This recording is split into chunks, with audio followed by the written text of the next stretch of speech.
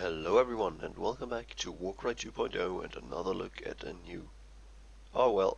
some new models in an old faction really, not a new faction. So anyways, today we're looking at Idoneth Deepkin. It's gonna be a quick one because they only got 4 new models, which is not bad, but it's not a lot in comparison to what many other factions got. So let's get right into it, shall we? As per usual, we'll be doing the models first, looking at their stats and their new point values, then having a look at the abilities everyone gets, and last but not least, we'll be taking a look at a list. Well, oops. Anyways, you got spoiled there with my list. Whatever. Let's do it this way then. Anyways, we got the Soul Render. He's 170 points now. He used to be 150 points, which was a lot easier to incorporate into a list because you could, for example, drop 2 Reavers and you could get the Soul Render.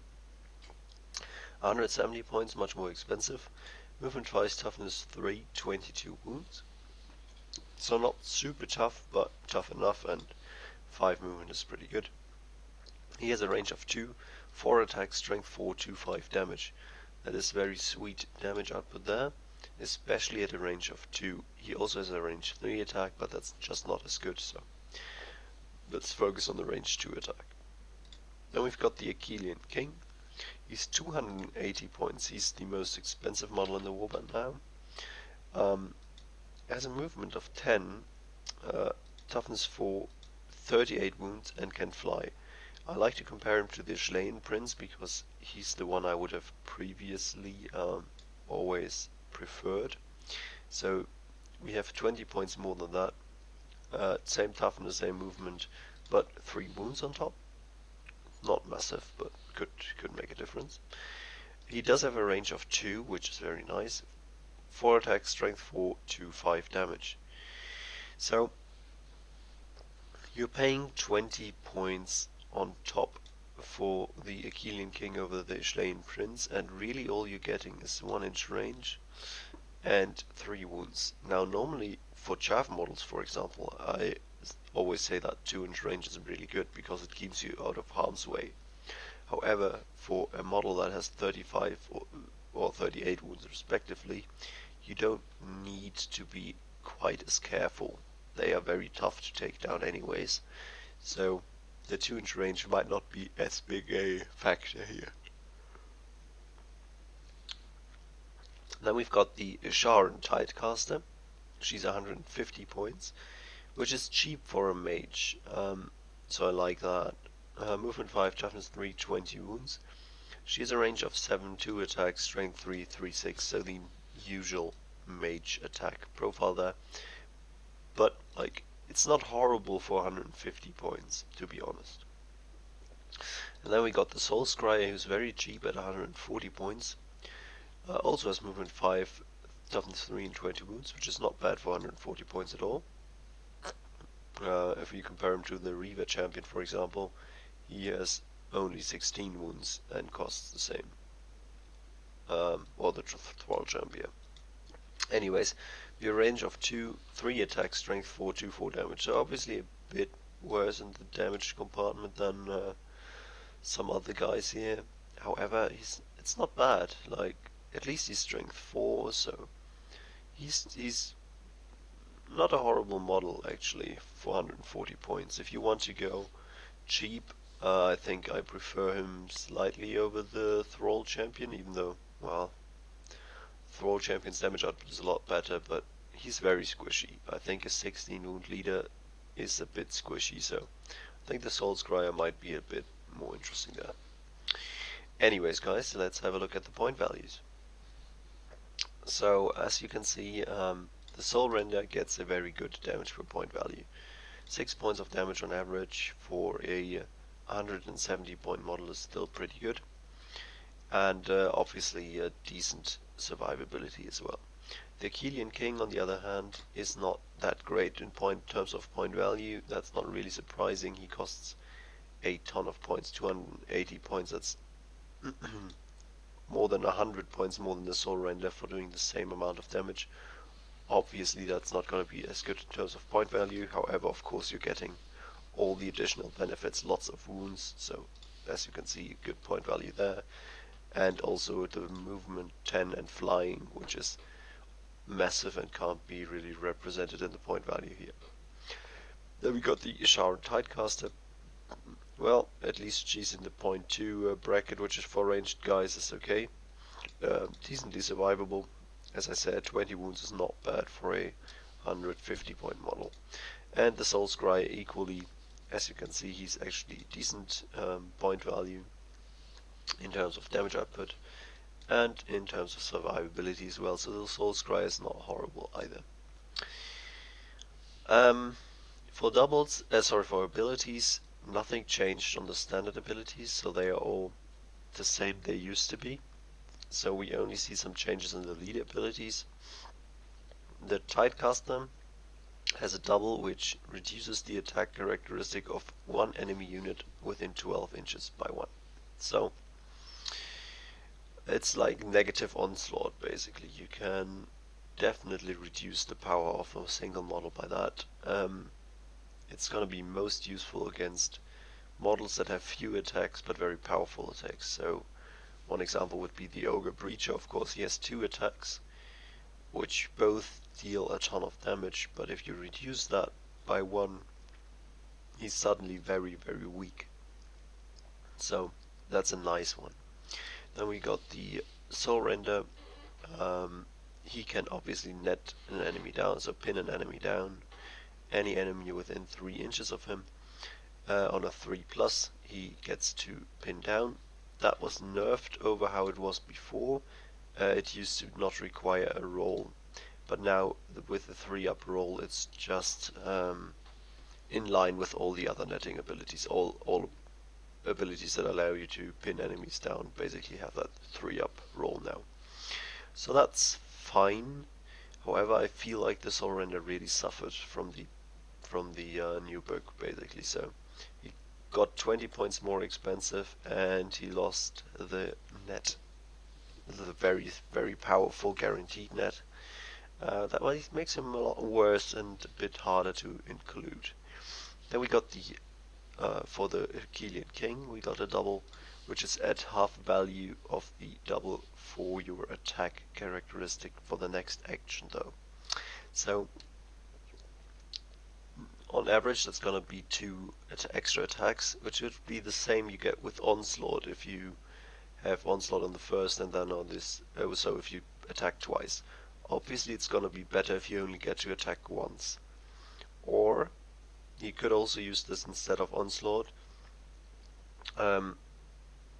I think it always makes sense to use it instead of Onslaught if you are if you have obviously a double 3 or higher, because it might allow you to kill the enemy in one swing and then do something else with your other activation, for example. So it's certainly a good double. Then we got a triple for the Soul Scryer, which I think is the reason I would never bring him, because you pick one enemy within 10 inches, throw 6 dice, and each 3+ is 1 damage, each 6-up is 2 damage. Not even damage equal to the value of the ability, I don't get that.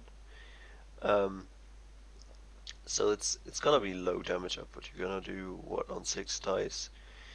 3+, 4+, 5+, that's 3 damage, and 1 6, that's 5 damage on average, which is not good for a triple in my opinion.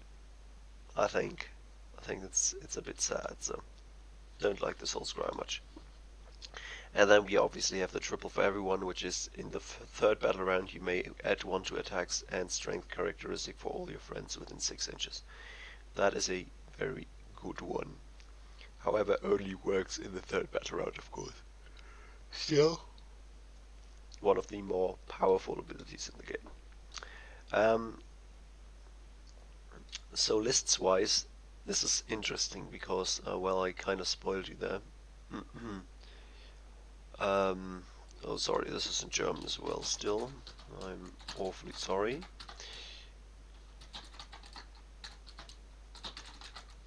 So, this is the list I used previously.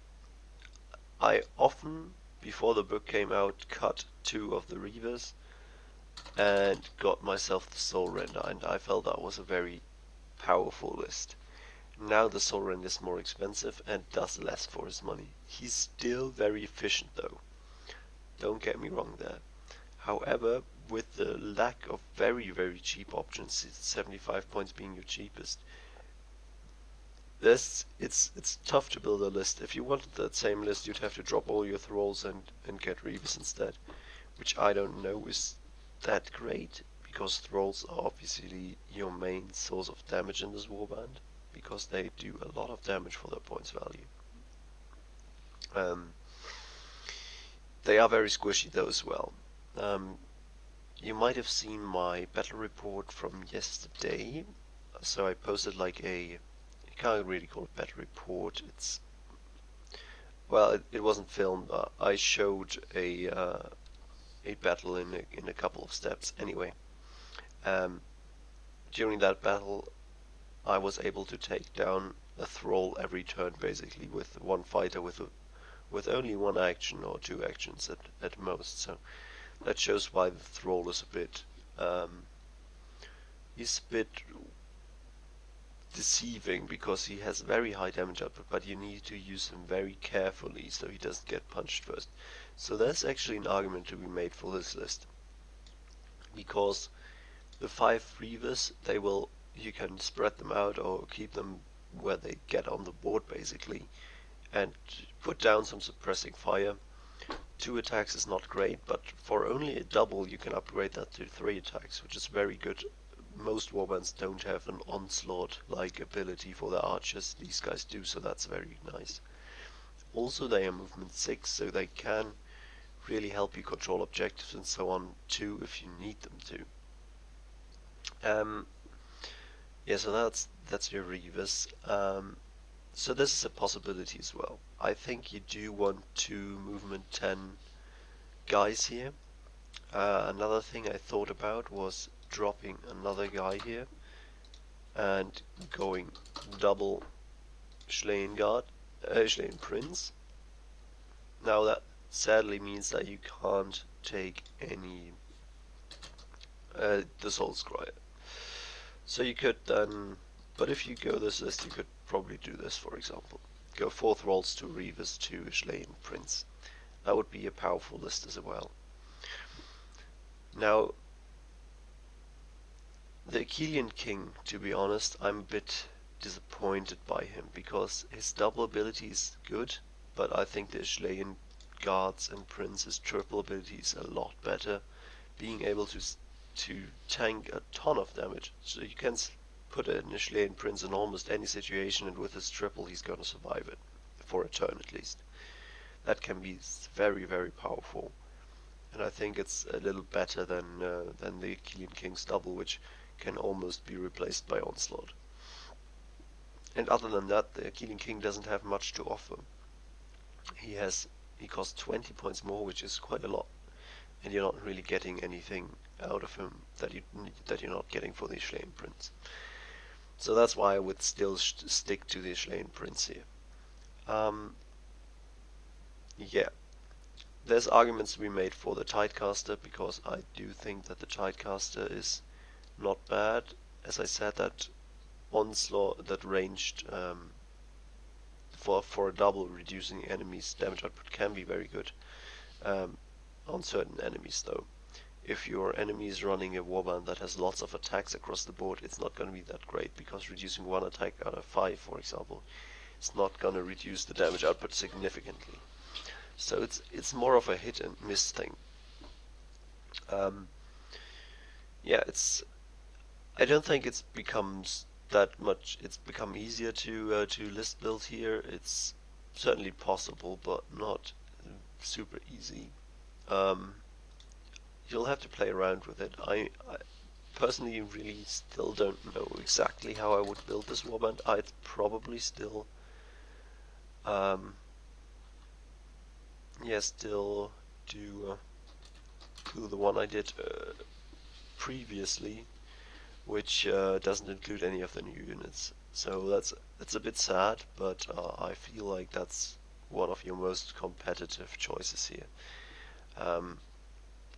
Yeah, the Soul Render is really good, but I don't. I really struggle to get him in points wise, and I don't think it's worth it losing models, like losing too many models to get the Soul Render. So if I lose 3 models, yeah, that's just a lot to give up. Um, well, anyways, guys, enough rambling from me. Thank you very much for watching, and see you in the next one.